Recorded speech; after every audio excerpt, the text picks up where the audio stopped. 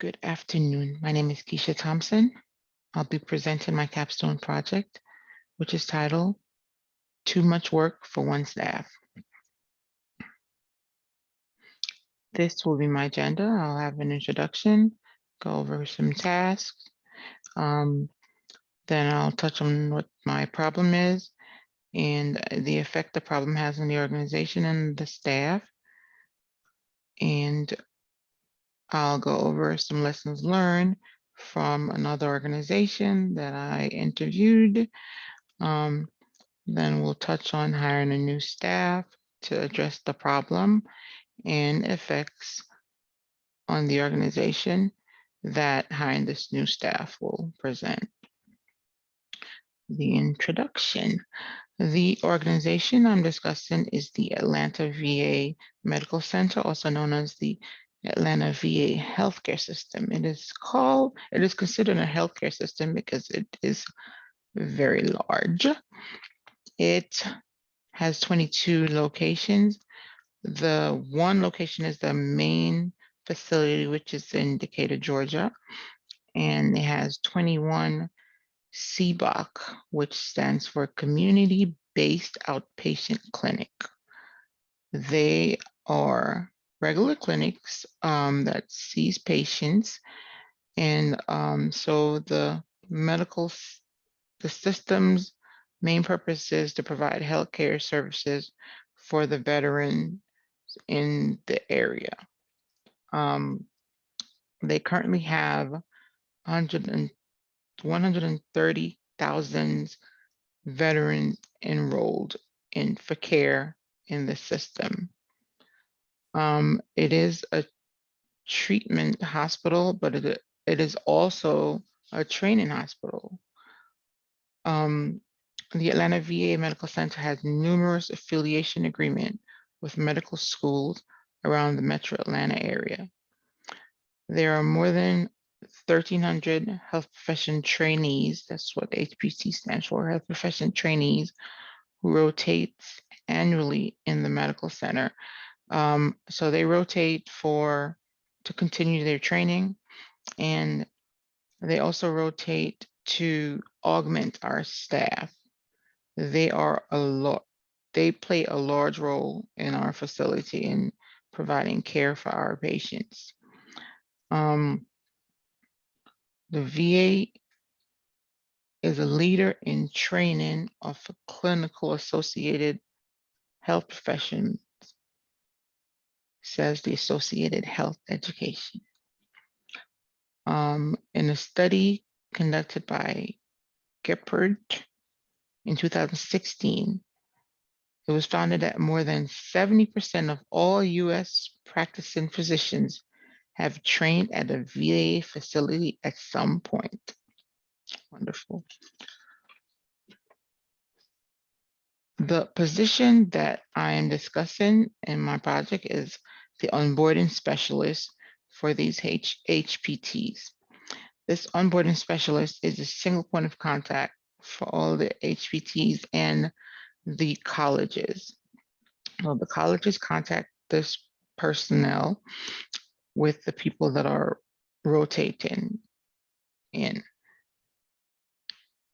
So I'm going to touch on some of the tasks that this onboarding specialist handles. Receiving and screening all the packets. Packets come from the schools to the specialist. She has to screen them, make sure everything is there that needs to be there. Check the background checks to make sure they're within the normal range. And she checks this with another agency, which is in the hospital, but has to collaborate with them. Mandatory training completion with another department in the hospital. Have to submit access requests with another agency outside of the hospital. There are a bunch of other rights and requests that she has to submit and troubleshoot. And of course, she's a single point of contact, so all the trainees reach out to her for everything, from requesting badges to just where do I go for this, where my email doesn't work anymore. It was working yesterday, now it doesn't work. So the onboarding specialist has to basically be that middle person to reach out to the local IT to get the services working again. So, and again, it's one person. So the problem is the workload significantly outnumbers what a single employee can handle. So the effect on the staff, burnout, burnout from the workload. In a 2021 survey conducted by the Hartford, burnt out US workers are more likely to seek new employment. Makes sense, right? In that same survey, they found that some ways employers can address burnout are the employers can offer additional paid time off. They can offer, excuse me, condensed 4-day work week. They can offer flexible schedule, remote work option, um, lighter workload by hiring additional staff, company-wide mental health days, and work-life balance is also affected on that staff for that staff because they're working so much, they have no time to balance their life outside of work. So it's all work. There's no balance. The effect on the organization, it delays the onboarding process. That one person cannot merely handle all that workload coming in. From responding to emails all day, it's hard to find time to do the onboarding processes that needs to be done. It affects attrition rate because that employee or whoever is in that role does not want to stay in this role. Why stay in this position and take on all this additional work when you can find something else with less work? Work smarter, not harder. It delays patient care because you don't get,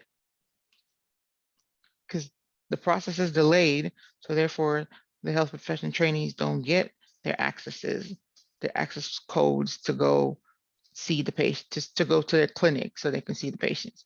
They might be in the clinic 1 or 2 days without codes, so they can't log onto the computer, they can't access the charting system, so basically they can't see patients.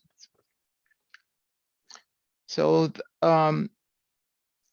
contacted a similar organization with a similar level of workload to see how they do their things. How is the program working for them? So basically, they share the workload with 3 employees and the program, meaning they share it with they split it up with the employees, but they also did a department like the medicine department. They have an admin in there that handles some of that work, those tasks. They split it up. They give them something over there that they can handle for their medicine people that are coming to their department.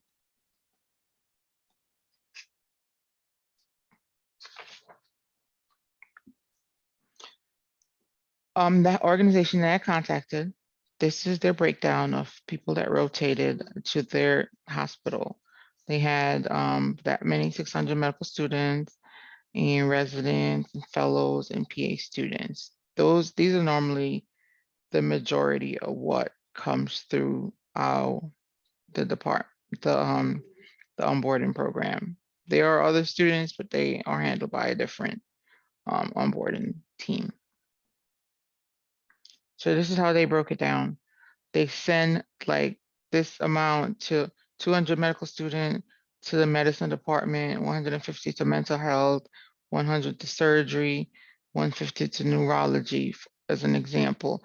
And then they'll have one staff handle all the onboarding tasks from for the medical student and the PA students because they all have the same access.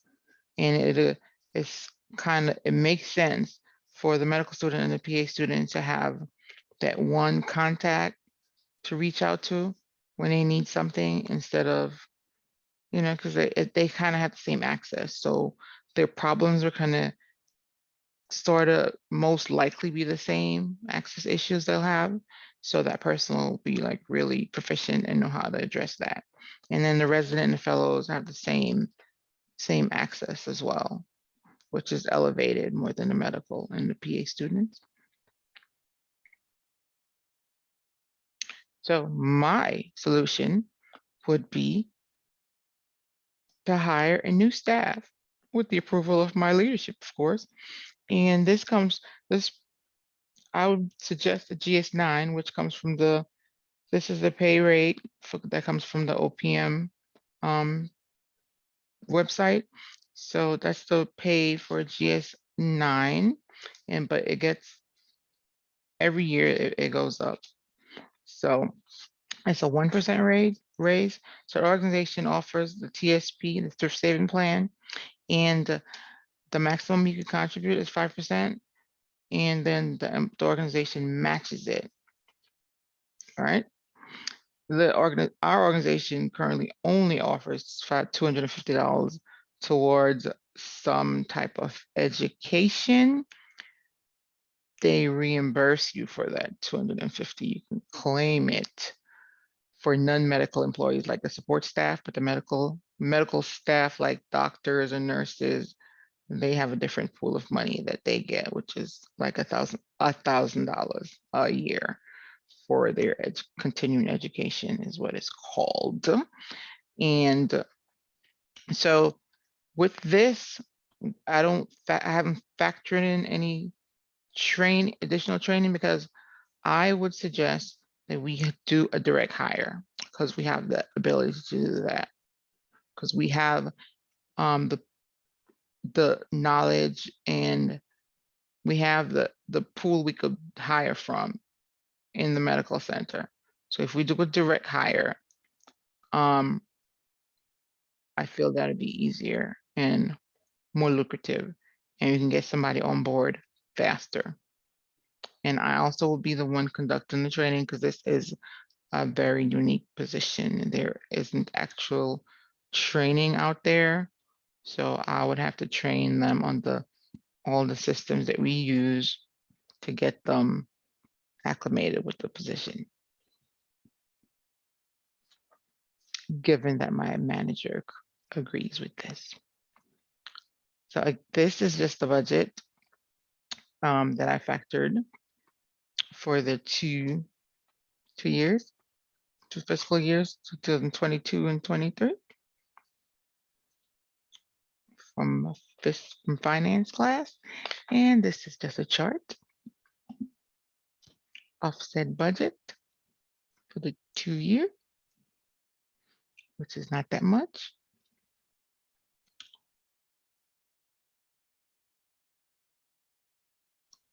Impact on the organization when we bring that staff on. This will improve processes. It'll be faster. We can get people on board faster. With the additional employee, we can begin to get the onboarding process on track. No delays in onboarding or troubleshooting issues. Having more than one point of contact where the work won't stop if the lone employee is out of the office. That is a main goal. Because when that sole person is gone, the work is paused until that person returns. Trainees can get their access codes on time. The trainees can get their access codes on time so they can get to their clinics and see patients, which is the ultimate goal, patient care. Work-life balance, the one employee won't be overworked as the workload is now shared. They'll find time to balance personal and work-life commitments. How do we measure success? Faster onboarding process. We won't have people report for their rotation without access codes. When they report, their access code will be given to them. They will report to their clinic. They'll get to their clinic. They'll be able to see patient. They'll be able to continue their training. They'll augment the medical team, which is what we need them here for, to see our veterans, to see our veteran patients, and so our veterans could continue their care because they have done so much for us, and it's time for us to take care of them. Do we have any questions? Nope. Thank you very much. Thank you, thank you, thank you. Here's my contact information. Should you have any questions after this? Here are my references. Thank you very much.